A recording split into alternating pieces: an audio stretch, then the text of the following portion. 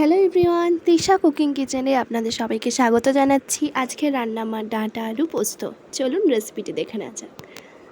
প্রথমে আমি এখানে ডাঁটা এবং আলু কেটে নিয়েছি, ভালো করে ধুয়ে নিয়েছি এবং এখানে নিয়েছি পোস্ত, কাঁচা লঙ্কা আর নিয়ে নিয়েছি শুকনো লঙ্কা আর কালো জিরে। এবার এখানে কড়াইতে দিয়ে দিলাম তেলটা একটু ভালো করে গরম হওয়া পর্যন্ত অপেক্ষা করব। তারপর এখানে দিয়ে দেব শুকনো লঙ্কা আর কালো জিরে ফোড়নে। এখন এটা ভালো করে একটু নেড়ে নিয়ে তারপর দিয়ে দিচ্ছি আলুগুলো দিয়ে দিচ্ছি। এবার দিয়ে দেবো ডাঁটা। এখন এগুলোকে একটু নাড়াচাড়া করে নিয়ে ভালো করে এগুলোকে নাড়াচাড়া করে নিতে হবে।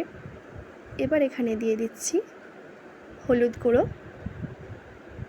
আর লবণ। ভালো করে এগুলোকে মিশিয়ে নিতে হবে।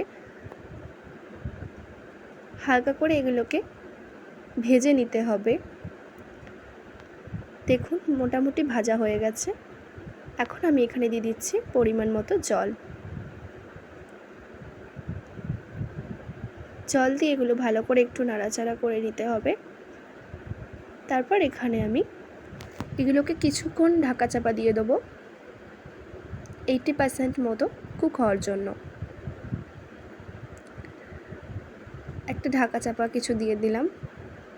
গ্যাসের ফ্লেমটা একদম লোতে করে দিতে হবে। তারপর এখানে একটা থালা ঢাকা দিয়ে দেবো। চলুন ততক্ষণে পোস্তটা বেটে নেওয়া যাক। পোস্ত বাটা হয়ে গেছে। দেখুন আমার এখানে আলু ডাঁটা অনেকটা কুক হয়ে গেছে। এবার এখানে আমি বাটা পোস্তটা এখানে দিয়ে দেবো। পোস্তটা দিয়ে দিলাম। ভালো করে এগুলোকে নেড়ে মিশিয়ে এবার রান্না করে নিতে হবে। গ্যাসের ফ্লেমটা একদম লোতেই রাখার চেষ্টা করবেন, নাহলে কিন্তু কড়াই লেগে যেতে পারে। পোস্ত কিন্তু একটু তাড়াতাড়ি লেগে যায়। রান্নাটা আমার অনেকটা হয়ে এসছে, আর একটু কুক হবে। নুনটা কম লাগছিল বলে আর একটু নুন দিলাম। দেখুন রান্নাটা আমার রেডি হয়ে গেছে। একটা বাটিতে সার্ভ করে নিলাম। আমার ভিডিও কেমন লাগলো জানাবেন। প্লিজ সাবস্ক্রাইব করুন।